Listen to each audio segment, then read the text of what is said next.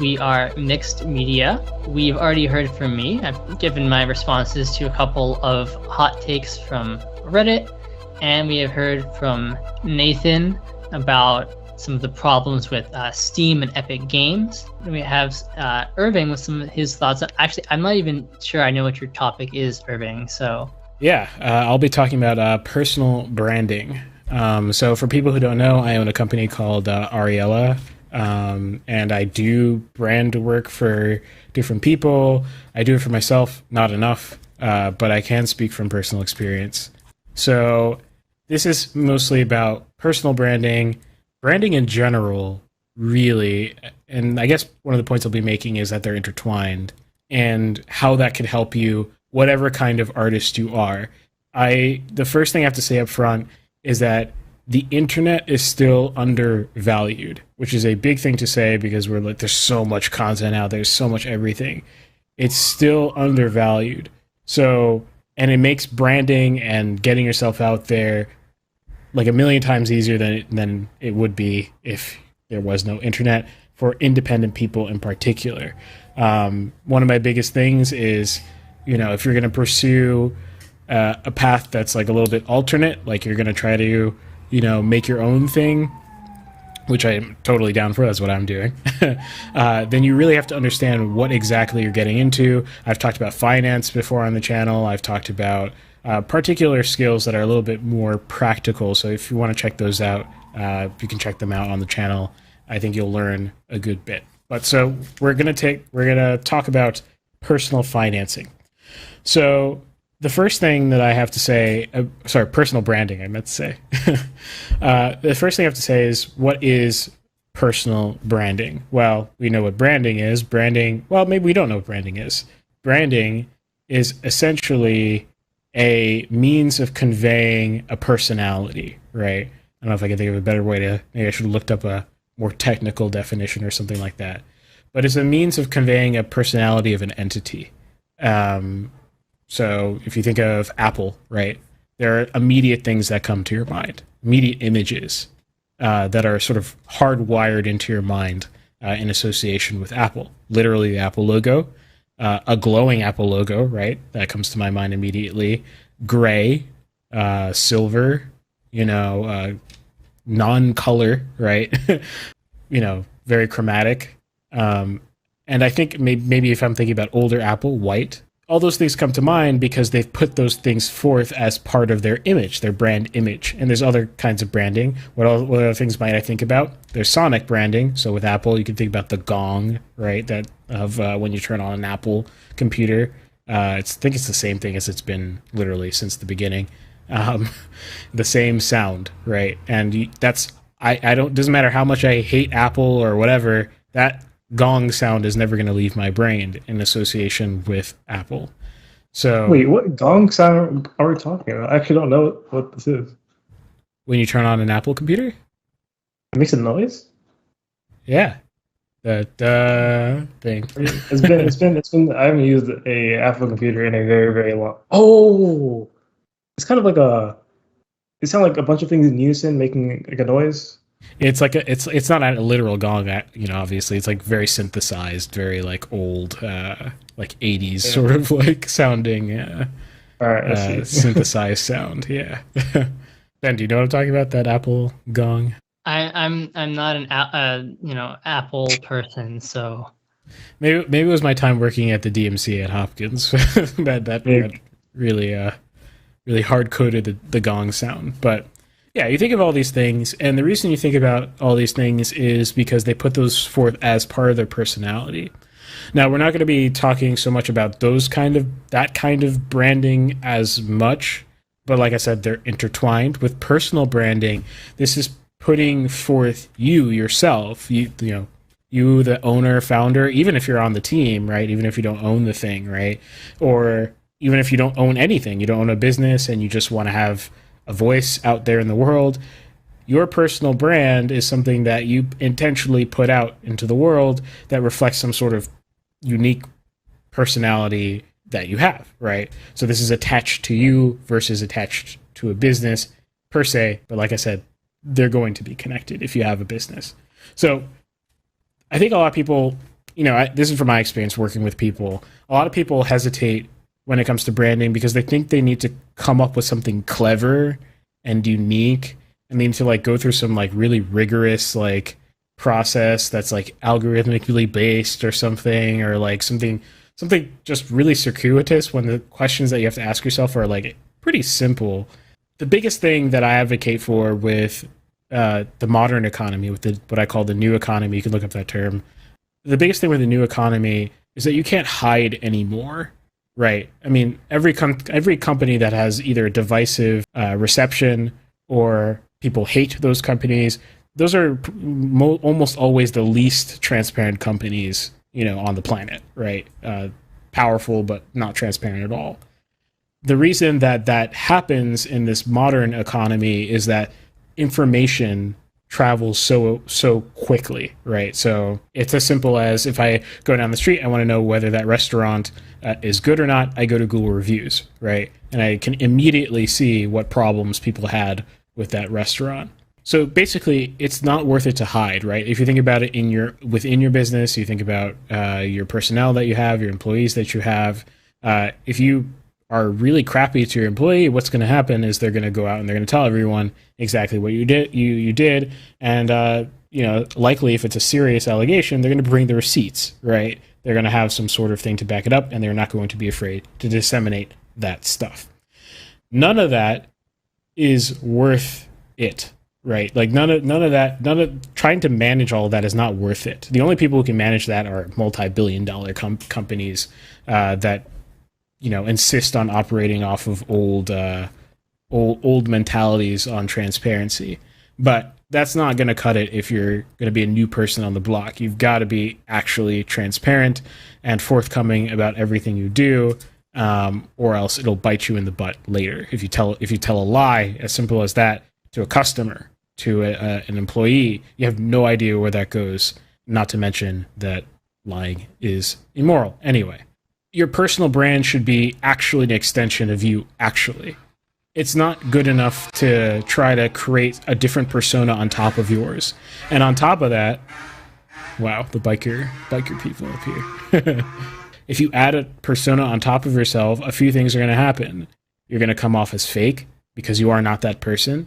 And with the amount of branding that I would advertise that, or advocate that you do for yourself, that's going to be very hard to maintain without looking fake. Almost no one does it. A lot of people look at a lot of social media influencers and whatnot, and a lot of the people say like, "Oh man, this person is doing so well because they put forth this persona." It almost always like dies, right? Think about PewDiePie. Do you think PewDiePie is a persona on top of himself, or do you think that's PewDiePie you see?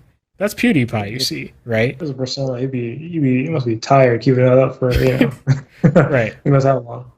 Right, exactly. He's pretty much himself, right, with some attenuations and stuff like that. But pretty much he's himself. He brings his YouTuber self when he's on YouTube, but he's just himself, just in YouTuber form, right?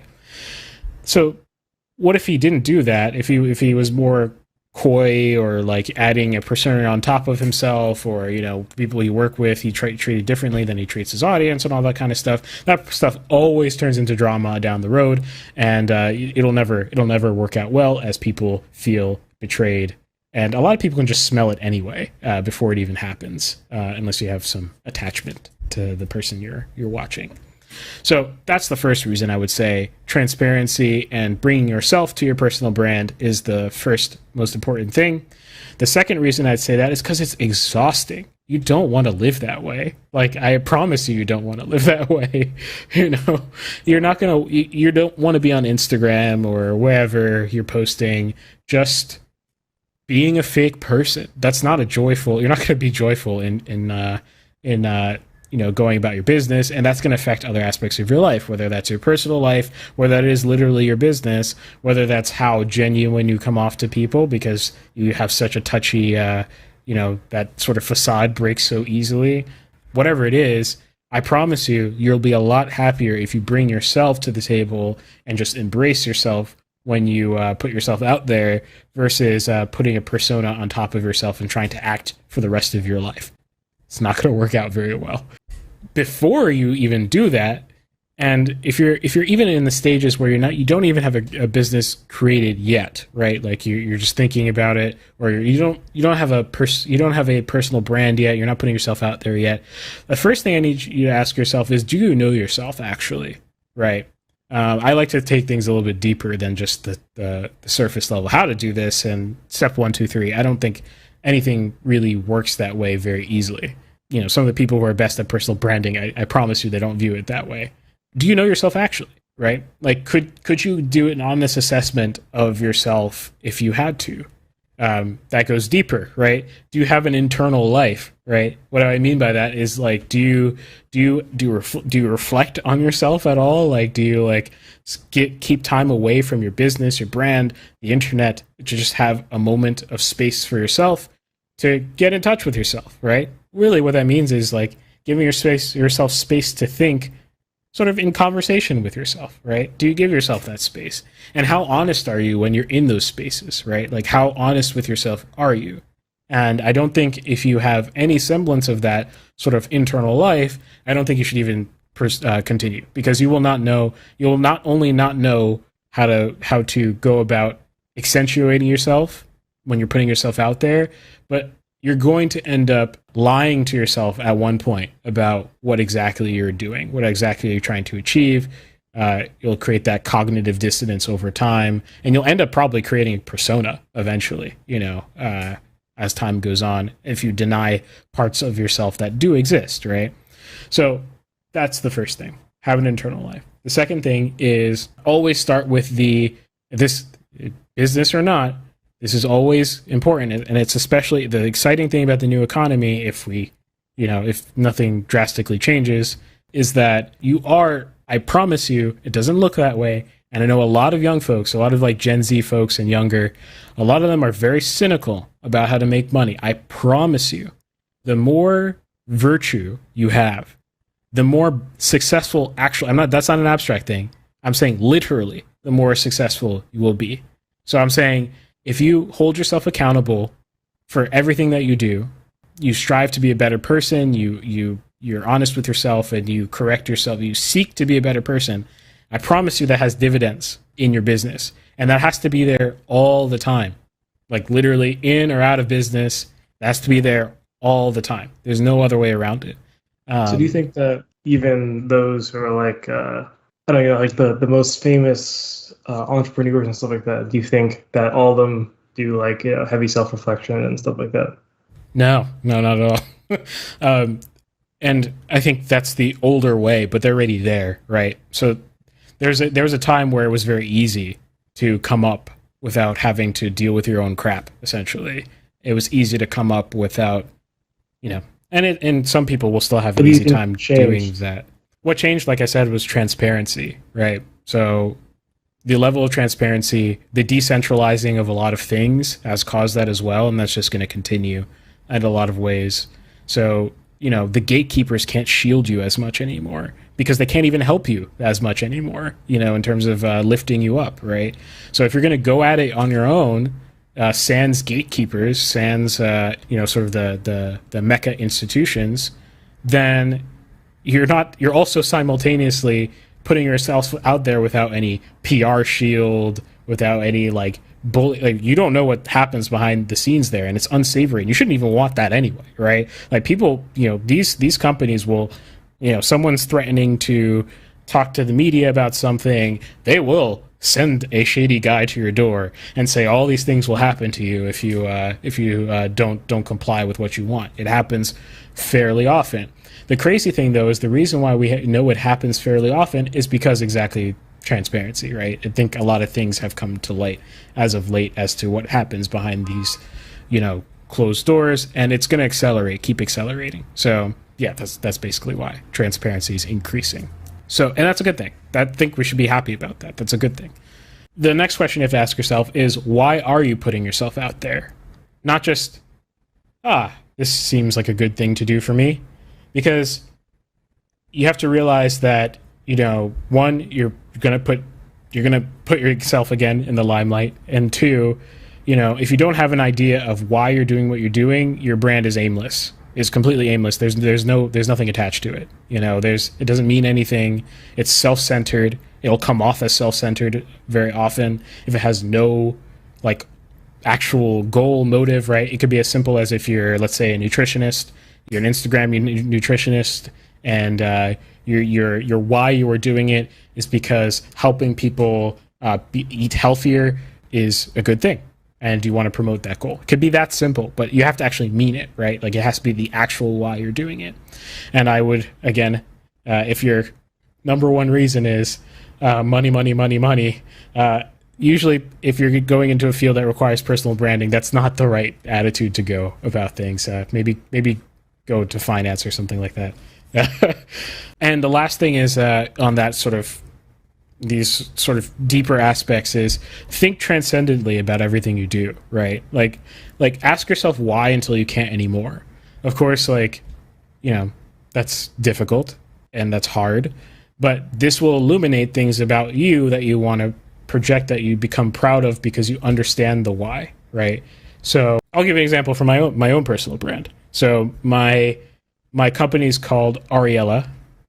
Its colors are gold and black, right? And the name Ariella is derived from the word for gold, the AU, right? Aurum, the root for gold, and the Latin word for halo, kind of smushed and rearranged and morphed. And I wanted a unique name. But that means something to me, and that becomes part of my personal brand. It also becomes part of my company's brand as well, right? And that meaning to me is a little bit more transcendent than just, I think that's cool, right? So go wherever you find that transcendent thing. Just go in that direction. You don't have to think about whether it's trendy or whatever. Just forget all that stuff. Go in the direction that you understand intimately because you believe those things intimately, right? So, again, for me, my biggest thing is beauty as a transcendental, right? So like beauty itself is a fundamental thing for me, and that's how I kind of approach everything I do. So yeah, that's one way to think about it. And it's also helpful to talk to people, because other people might know you in certain ways better than you know yourself. Yeah, so with all that said and done, now what do you do? Well, I'll list 3 things you should not do. So the first thing is, don't separate yourself. If you have a company, don't separate yourself from your brand. Don't make them different things. Don't separate the entities. The reason why I say that is because leveraging yourself right now in this environment is extremely valuable. I reach more people almost all the time if I communicate something as me as a person versus my company communicating that from some sterile brand, right?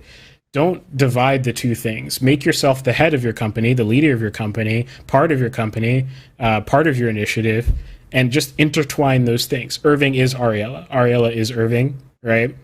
And that will bring the force of a human being, which is a lot more important to people, a human being they might know or they might like or something like that, or they might vibe with the stuff that you came up with, right? After self-reflection, they may vibe with you on those things. And they're along the ride with you, with you and your vision. And that translates to your company, right? It's the same thing.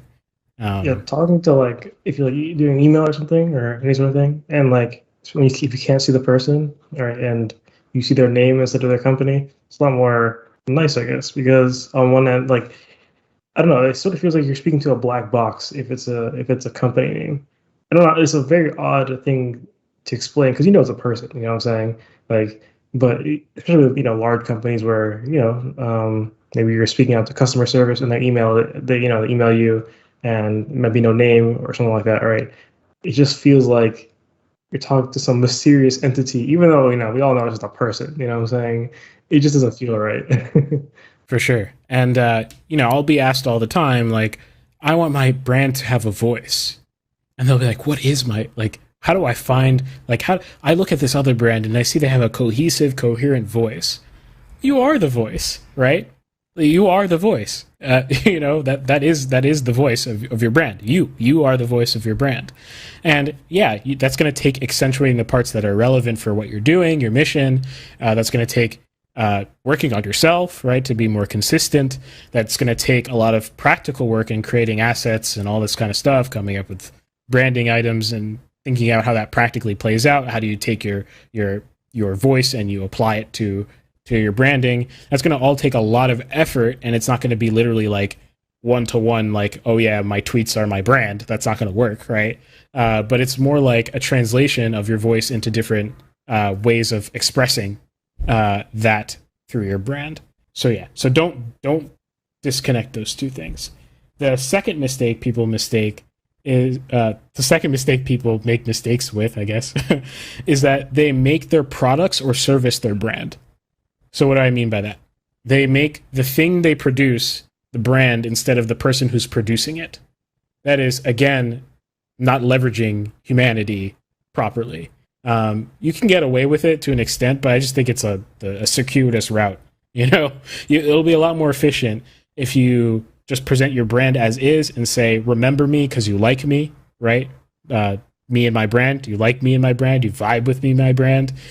Remember that versus remember the product, which they may not have had as good of a interaction with or as meaningful, right? It's much more meaningful to interact with something that has a little bit more abstraction to it and brings a little bit more abstraction to their lives. So it brings a little bit more, for me, beauty, right? Like, to their lives than something that maybe they use and throw away, or a service that is limited time. That's not going to have a lasting impact. So some people, what they'll do is like their websites will be hideous, but their product pictures are beautiful, super branded, or the packaging on the product is super branded, super beautiful, but their websites are disgusting. But the website is actually the thing that makes the product have context. Like it is what gives it the context. Because there might be 10 other people making the same thing as you are, but then they don't care about those things because they care about your mission, but you didn't communicate it, right?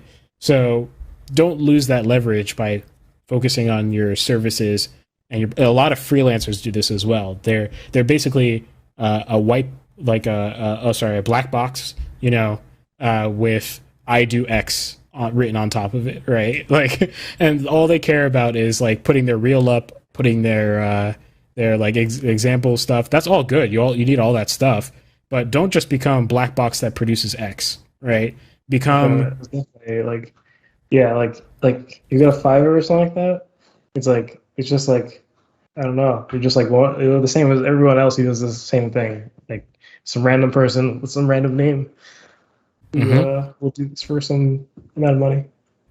And yeah, like I said earlier in the prior segments, nothing will beat being a better artist, right? Like if you're an artist or whatever you do, nothing will beat being better at what you're doing. That's always the number one thing in terms of being able to generate sales, being able to generate money, and always trying to be better within reason, obviously. But, why not grease everything, grease the wheels, stand out, and, the biggest thing is return customers, right? Like, people like you and your brand, and they'll even promote you and your brand because they like what you have to say, right?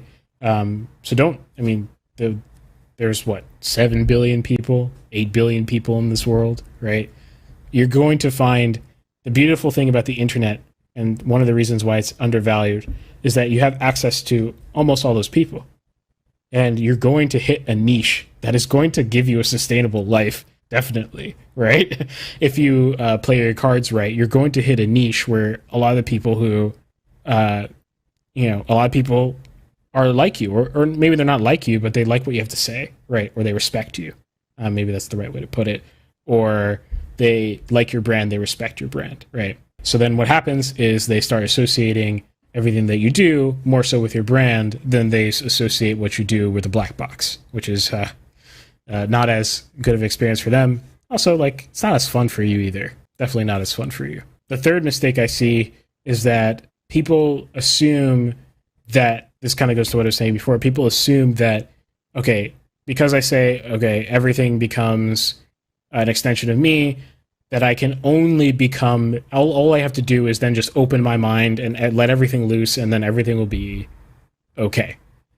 That's not the case. That's not saying don't be transparent. This is a different thing I'm saying. I'm saying you actually have to put effort and intention into everything that you do.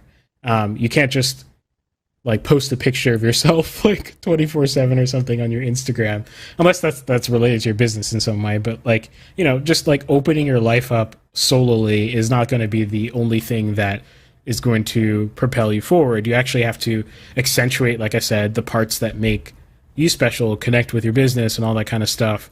So kind of think of a good example, but like, it's not going to be useful if you're, let's take the nutritionist example, posting your meals every day. That's not the kind of effort you need to put in your brand, when you should be talking about the things that since you say you care about this, being a nutritionist, take that passion and project the best parts that you got out there, right? Take that, project that out. You can still post the meals that when I say meals, you're a nutritionist. That was a really terrible example. I was thinking about like the Instagram, like typical food pictures. So that is actually related, but you get what I'm saying. Something that's completely unrelated. Yeah, share those parts with your life. And as your audience grows, the more you can open up and, but the thing is, you're going to have to generate assets intentionally, right? Making a YouTube video is not going to be as simple, depending on what you're doing, as turning your camera on and going for it. You might actually have to think about color. You might actually have to think about pace of edit.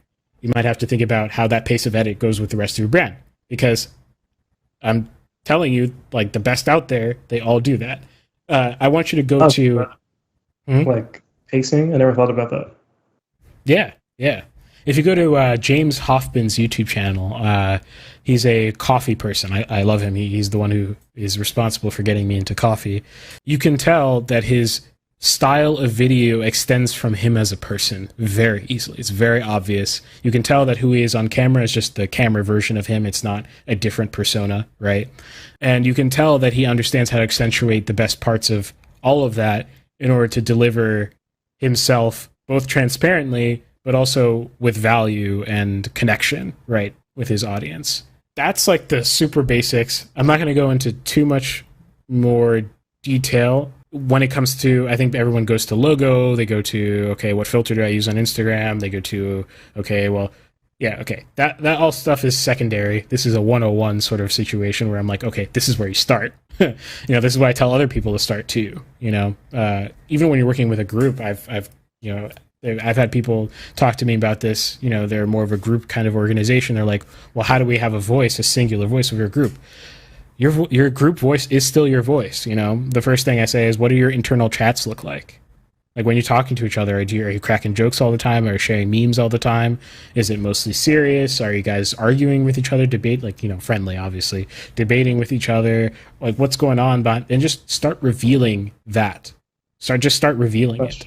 Okay, before I say the question, though, I just want to say we're at 2 hours currently in the podcast, and I have that meeting at 9 p.m. Okay. So we're running up real close. But real quick question. What happens if you start as a solo person in your business and you grow into a larger group and you want to reflect the whole group's, as you said before, like the whole organization's voice? You just change it midway, or? The great thing about personal branding is you can start to, at that point, you can retain your personal brand like as yourself, right? So you still have that leverage with yourself, but your group dynamic with your company can then start shifting towards the voices that make up the decision-making body of that group. So like now your Instagram becomes still like more like you, and if people just, they really vibe with you mostly, they still are attracted to you and what you're doing through that. Whereas like if you didn't even have that personal brand to go along with your company, then that you might actually have to make some sacrifices there as to exactly how you're going to be projecting yourself, be a little bit more fake and stuff like that. Yeah, it's very informative stuff. It's like applicable to like not just the film industry too. It's like general branding. Yeah, exactly. This eventually will become everyone. Even commodities will not be able to, even really behind the scenes supply chain kind of like stuff is not going to escape the new economy if things keep going the way that they're going now.